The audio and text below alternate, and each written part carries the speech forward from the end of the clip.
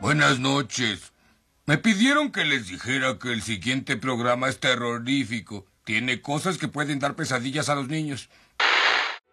Durante el siglo XIX y buena parte del siglo XX, las letras fueron el medio más difundido de entretenimiento y el modo naturalizado que tenían las personas para saber qué ocurría en el mundo. Pero las letras hacían mucho más que informar y entretener. Proponían una perspectiva de lo que significaba ser humano en aquel tiempo. La televisión y el cine, es decir, las producciones audiovisuales, asumieron desde ya mucho tiempo ese lugar de espejo constructor del mundo. En otras palabras, somos lo que vemos, y lo que vemos nos enseña a desear y a valorar objetos e ideales considerados válidos para un momento de la historia. Pero cuando hablamos de niños, niñas y adolescentes, este tipo de inquietudes adquiere un relieve muy particular, ya que los contenidos y la ideología que se vierte sobre ellos operan los procesos de una identidad en construcción. Son los niños, niñas y adolescentes no ya como objetos pasivos de la cultura, sino como objetos activos de derecho, quienes deben apropiarse de estas herramientas para renovar con ellas el sentido de su identidad. ¿Será posible formar una mirada crítica sobre la envoltura con la que los dibujos animados y las películas orientadas al público infantil y adolescente enmascaran una forma de ser del mundo? Sintonicen la señal y veamos, todos estamos en este viaje.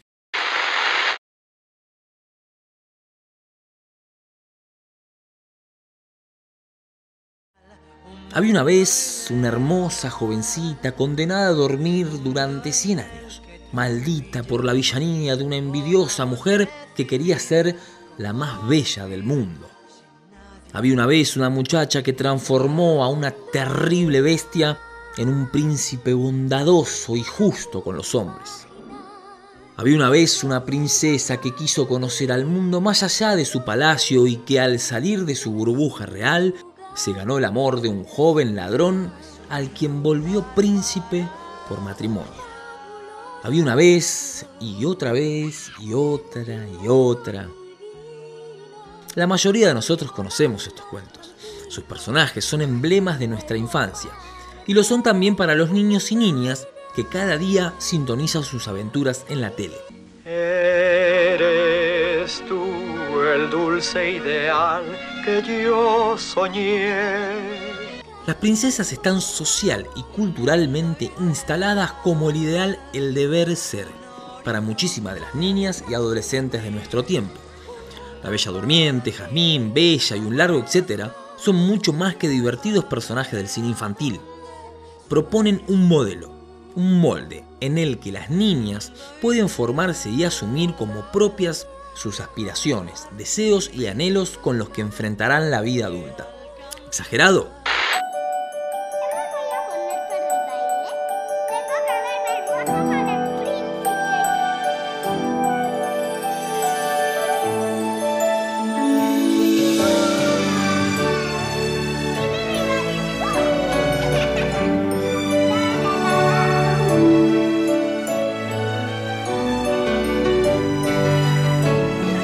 Disney Princesa. La historia comienza contigo. ¿Notaron el interés con el que se siguen las bodas reales en televisión? Son la versión real del cuento de hadas El sueño posible en vivo y en directo. Nos están diciendo: miren, chicas y chicos, una mujer puede conseguir su príncipe. El cuento puede hacerse realidad. Despertate de la mediocridad. Vos también puedes reinar en este mundo imperfecto. Poder y belleza son el broche perfecto que se transmite a los espectadores sin ningún tamiz crítico.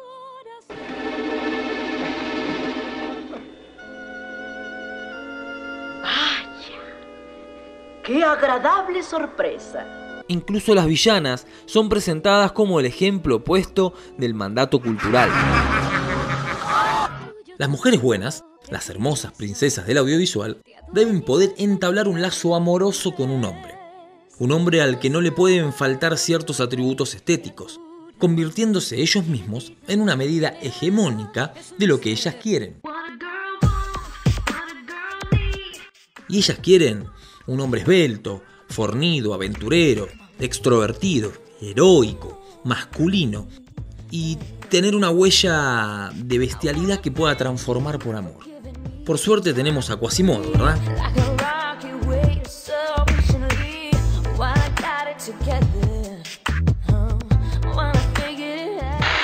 ¿Se acuerdan de Shrek?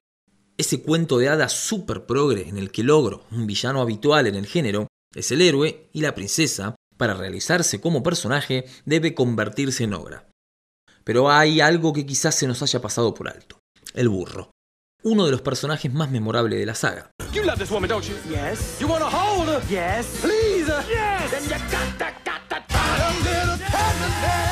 Burro es básicamente un tonto entrañable. Nos hace reír con su torpeza, patente sobre todo en su forma de hablar. ¿Y cómo habla? Como afroamericano, y más precisamente como un afroamericano inculto. Un poco incómodo, ¿no? I don't believe you people. What do you mean, you people? What do you mean, you people? Burro representa la imagen del afroamericano que la industria del entretenimiento instala a nivel masivo, exaltando sus rasgos banales, aun cuando se trate de un personaje noble ubicado en el lado de los buenos.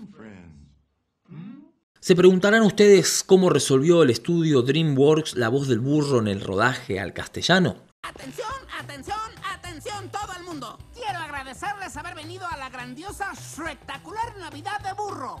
Espero que hayan pulido su canto más de lo que Florenda pula sus dientes. Al parecer, en la bendita globalización, la plaza de la multiculturalidad está destinada a la comicidad, a compactar afroamericanos y latinoamericanos en una prensa banalizadora, borrando en un solo movimiento lo que hace a nuestras costumbres a una idiosincrasia.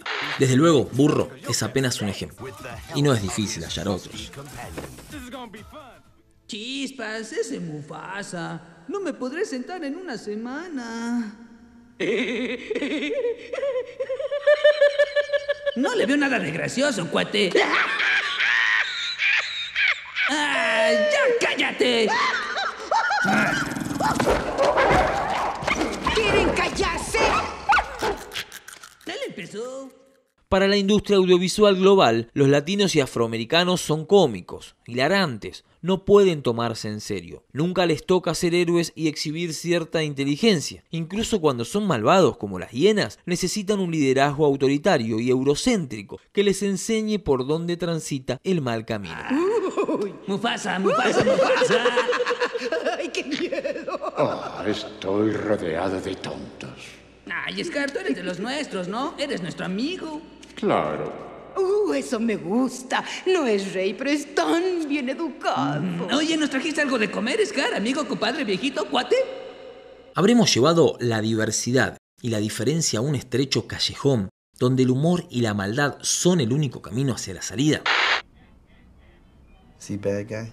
Yeah, How can you tell? 'cause he's a shark. There's no good sharks? No. I mean, just look at him. Does he look like a good guy to you?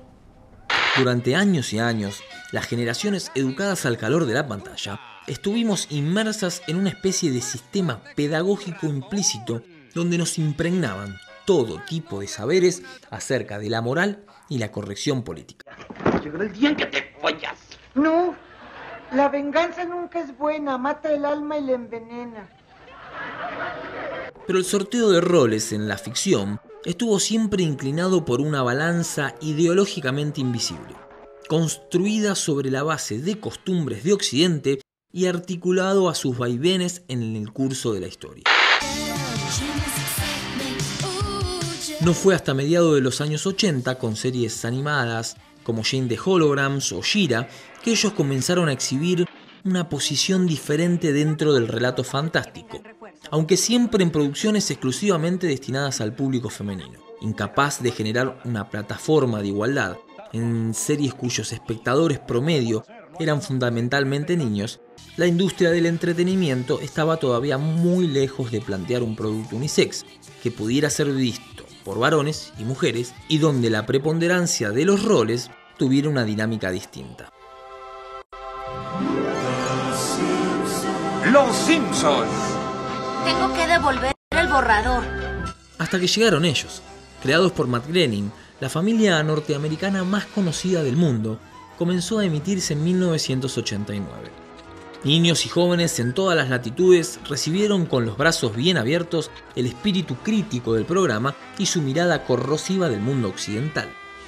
Casi todos los clichés de Occidente contemporáneo fueron ridiculizados, puestos en cuestión o sencillamente exhibidos a lo largo de su continuidad, en el espectro que va desde la cómoda ignorancia del padre de familia a la sumisión más recalcitrante de la ama de casa, figura modélica de la norteamericana de la posguerra.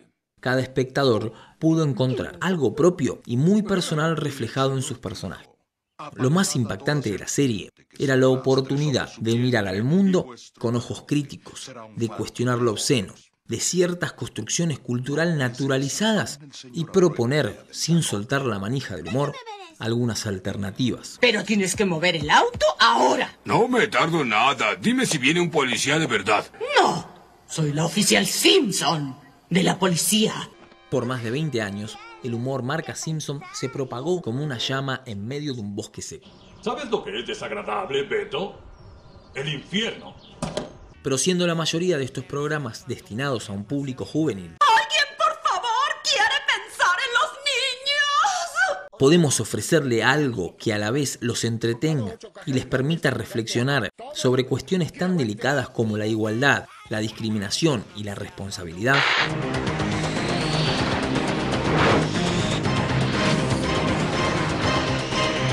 En los años 90, X-Men presentó para la televisión infantil un concepto radicalmente distinto para el género fantástico. Un grupo de seres con alteraciones genéticas provocadas por un movimiento evolutivo de la especie humana. Las alteraciones aparecen bajo la forma de poderes que comienzan a manifestarse en la adolescencia y cuya potencia no es fácil controlar. El profesor Charles Xavier, uno de los mutantes más poderosos del planeta, decide agrupar un puñado de mutantes a quienes enseña a manejar sus capacidades especiales por el bien del mundo, apuntándolos en el camino de la igualdad. Lo sorprendente es que en la serie, la agenda de villanos no está integrada por diabólicos seres obsesionados con la aniquilación, sino por otros mutantes, discriminados y combatidos por sectores conservadores, pero también por otros humanos, temerosos de este nuevo segmento de la especie, que bien podría usar sus poderes para destruir el status quo. En estos tres términos, mutantes igualistas, mutantes fascistas y humanos, se juega una partida interesante donde los extremos del bien y del mal quedan desdibujados en otra pregunta, mucho más interesante. ¿Qué significa ser diferente? ¿Y cuál es la posición responsable de ese y ante la diferencia? Ambas consiguieron plasmar el espíritu crítico de una sociedad llena de complejidades y sobre todo puntos de vista. En X-Men todos tienen razón para ser lo que son. Todos son consecuencias de procesos de segregación o intimidación, y todos son llamados a responder por ese proceso y ocupar un lugar en el mundo. Así que ahí lo tienen. Por décadas y décadas nos acostumbramos a pensar que la caja boba no hace más que desconectarnos de la realidad y abrirnos el camino a una fantasía que nos permita soñar con... ¿cómo decirlo? Un mundo ideal, un mundo en el que tú y yo podamos decidir cómo vivir sin nadie que lo impida. Eso. Tal vez es hora de preguntarnos si ese universo ideal tiene o no algo que ver con el mundo que quisiéramos construir. Desde luego, todavía tenemos este jarabe para rato, y no está mal que así sea, pero es el mundo el que ha llevado al propio mercado a cuestionarse a sí mismo. La compulsión de repetir estos estereotipos, no una, sino miles de veces. Todos podemos mirar cosas diferentes, porque somos diferentes, y la televisión nos puede conmover e invitar a pensar sin dejar de entretenernos. E incluso hacernos reír de todo lo que nos cuesta aceptar de nosotros mismos sin dejar que lo tomemos demasiado en serio. ¡Ay, qué alegría que no nos volvimos zombies! Shh, tele. Hombre, caer. Gracioso.